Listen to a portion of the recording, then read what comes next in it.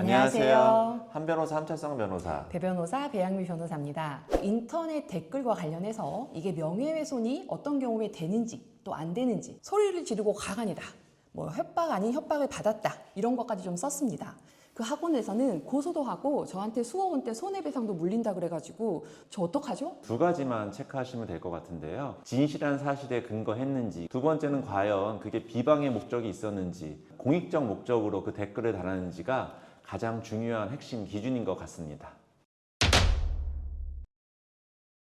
제가 지금 하고 있는 사건 중에는요, 이제 식당에서 댓글을 달았던 평점 리뷰를 쓰는 내용이었는데, 저희가 이제 보통 고소를 할 때 허위사실 명예훼손으로 고소를 하기도 하고요. 그 다음에 사실적시 명예훼손으로도 고소를 합니다. 그러니까 두 가지가 뭐가 다르냐면, 허위사실은 이 사람이 거짓말로 막 비방하는 내용을 넣어서 명예훼손 했을 때 그걸 문제 삼는 거고, 그 다음에 사실적시 명예훼손은 이 사람이 말한 게 사실이긴 한데 내 명예를 훼손했다라는 거예요. 예를 들어서 내가 전과자인데 뭐 사람들한테 저 사람이 전과자라고 하게 되면 사실은 사실인데 명예가 훼손됐으니까 명예훼손으로 처벌이 되는 거거든요.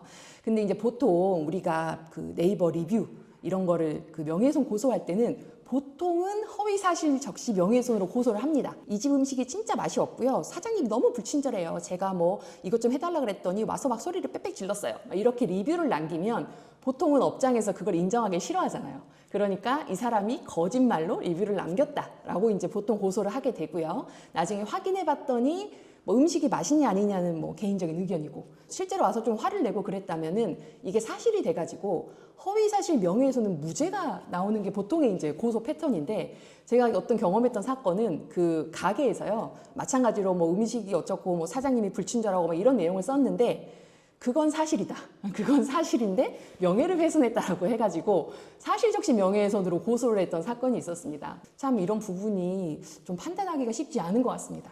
거기에 대해서 혹시 한 변호사님은 어떻게 생각하세요? 아니 뭐 없는 데서는 나라님도 욕하는 마당에 이걸 굳이 지금 뭐 21세기의 표현의 자유가 일상적으로 일단 모든 국민이 다 인식하고 있는 상황에서 내 생각엔 굳이 사실적시 명예훼손까지 처벌할 필요가 있을까? 이건 좀 형법에 뭐 최소 침해의 원칙에 좀 반하지 않을까?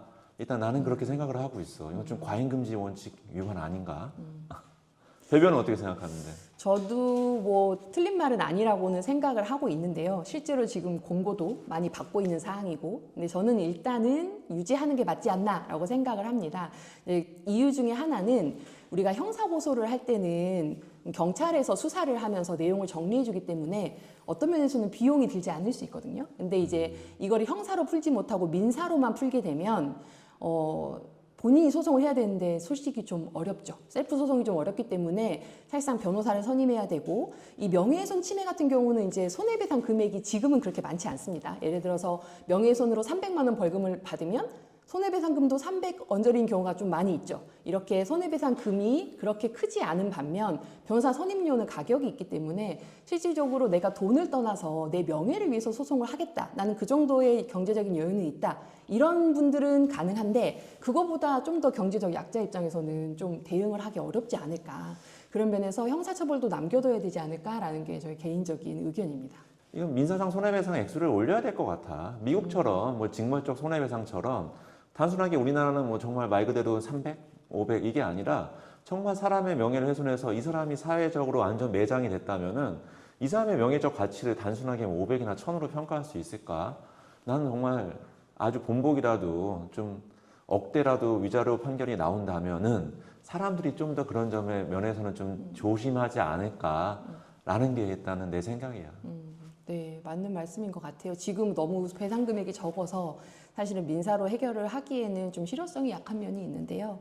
어쨌든 저는 이제 유지 입장이다 보니까 저희가 또 했던 다른 사례를 하나 말씀드리면, 저희 의뢰인이 이제 성범죄를 저질렀어요. 이를테면 강제추행을 해가지고 이제 실제로 이제 벌금을 받았고요. 이렇게 아주 심한 정도는 아니었고 이제 벌금을 받은 사안이었는데 잘못했죠. 잘못했는데 그 피해자분께서 그거를 그분 직장, 국민신문고, 그다음에 지역 맘카페, 그리고 뭐 전국에 있는 뭐 유명 무슨 그런 카페들 있잖아요. 거기에 전부 다 올리고 아파트 단지를 다 돌아다니면서 이런 사람은 우리 사회에서 뭐 없어져야 된다, 뭐 이러면 안 되지 않냐 그래갖고 거의 그 동네가 다 소문이 날 정도로 이렇게 밝혀졌어요. 그래서 이게 그분 이 뭐 잘못한 게 있어서 사실은 뭐 할 말은 없지만 그분한테도 아내분이 있고 또 딸이 있고 좀 뭐 어르신들이 같이 살고 있었거든요. 그러니까 그 아내분이나 딸 같은 경우에는 사실상 그 명예훼손 사실이지만 명예훼손으로 인해 가지고 뭐 친구들한테도 좀 따돌림도 받고 뭐 이런 좀 문제가 좀 발생한 게 있었습니다. 근데 이게 이제 민사상 손해배상 청구를 지금 어떻게 보면은 하는데